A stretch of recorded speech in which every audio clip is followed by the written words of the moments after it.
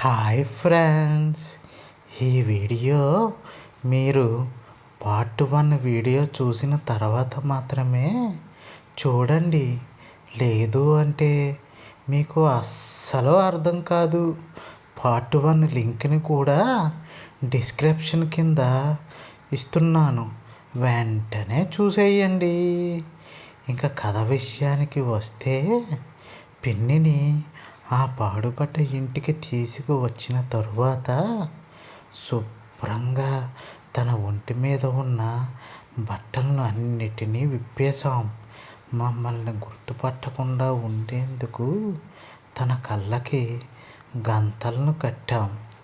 ఇంకా ఆ పని మొదలు పెడదాం అనుకునే టైంలో నేను నా స్నేహితుడు మొదటిసారి నేను చేస్తానురా అంటే నేను చేస్తాను అంటూ మా ఇద్దరి మధ్య చిన్నపాటి మినీ యుద్ధమే జరిగింది. అయితే ఆ విషయంలో మాత్రం ఆఖరికి నా స్నేహితుడే సర్దుకుని, సరేరా మొదట నువ్వే చేసుకో అంటూ నాకు అనుమతిని ఇచ్చాడు. దానితో ఎక్కడా లేని ఉత్సాహం నాలో పెంపొందింది. అయితే ఇక్కడ నా స్నేహితుడు వినోద్గాడు, నీ పిన్నికి మెలకువ వచ్చేలా చెయ్యరా, మెలకువలో చేస్తేనే మనకు మజా వస్తుంది అంటూ చెప్పాడు. అయితే నువ్వే తనని లేపు అంటూ నేను వాడికి ఒక వాటర్ బాటిల్ను తెచ్చి ఇచ్చాను. దాంతో వాడు మా పిన్నికి మెలకువ వచ్చేలా చేశాడు. అయితే ఉన్నట్టుండి ఒక్కసారిగా వాడిలో రాక్షసుడు బయలుదేరాడు. ఎందుకంటే మా పిన్ని బాబాయి మమ్మల్ని కొట్టిన సంఘటనను ఇంకా గుర్తుంచుకుని ఒక కర్రను తీసుకుని మా పిన్నిని ఒంగోపెట్టి తన బలిసిన డిక్కీపై 4 దెబ్బలను చెరిచాడు.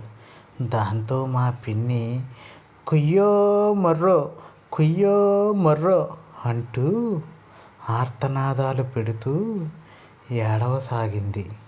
అప్పుడు నేను వాడితో, ఇంకా చాలేరా, కార్యానికి టైం అవుతుంది, మొదలు పెడదామా అని అన్నాను. దానికి వాడు సరే అని అక్కడి నుంచి తప్పుకున్నాడు. ఇంకా మొదటిగా నేను మా పిన్నిని కిందన పడేసి తన అందాలన్నిటినీ తనివితీరా అనుభవిస్తూ ఆనందించసాగాను. అలా 1 గంటన్నర పాటు తనపై ఉన్న కసినంతటినీ తీర్చుకున్నాను. ఆ తర్వాత నా స్నేహితుడు నన్ను పక్కకు తోసేసి, వాడు నన్ను మించి 2.5 గంటల పాటు మా పిన్నిపై పైశాచికత్వాన్ని ప్రదర్శించాడు. పిల్లపీచుగాడు. వాడు ఎంత దారుణంగా చేశాడంటే కుక్కల మాదిరి చేశాడు. ఆఖరికి అతికించేశాడు బడుద్దాయిగాడు. అయితే వాడు చేసిన పనితనానికి మా పిన్ని మరలా స్పృహను కోల్పోయింది.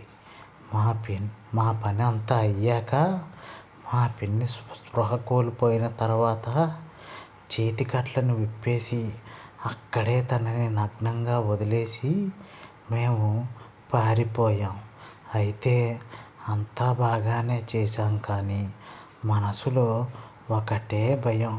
కొంపతీసి మా పిన్ని కానీ మమ్మల్ని గుర్తుపట్టేస్తుంది ఏమో అని ఈ ఆలోచనలతోనే సాయంత్రం ఇంటికి వెళ్ళాం. కానీ అక్కడ జరుగుతున్న దృశ్యాన్ని చూసి ఒక్కసారిగా షాక్ అయ్యాం. ఎందుకంటే మా పిన్ని ఎప్పుడూ లేనంత సంతోషంగా, ఆనందంగా నవ్వుతూ కనిపించింది. పైగా ఎప్పుడు మమ్మల్ని చూసినా అసహ్యించుకునే మా పిన్ని ఆ రోజు మాత్రం చాలా బాగా మాట్లాడింది. పైగా మాకు ఉల్లి పకోడీలు, బజ్జీలు కూడా వేసి పెట్టింది. ఇదేంటి, మా పిన్నికి జరిగిన అవమానానికి తట్టుకోలేక తన గదిలో ఏడుస్తూ కూర్చునే ఉంటుందని అనుకున్నాము. కానీ ఒక్కసారిగా సంతోషంగా కనబడేటప్పటికి మేము కంగు తిన్నాము. ఇదేంటిరా వినోద్, మనం అనుకున్న దానికి అంతా రివర్స్లో జరుగుతుంది ఇక్కడ అని నేను వాడితో అన్నాను. దాంతో వినోద్ గాడు నాతో ఇలా అన్నాడు.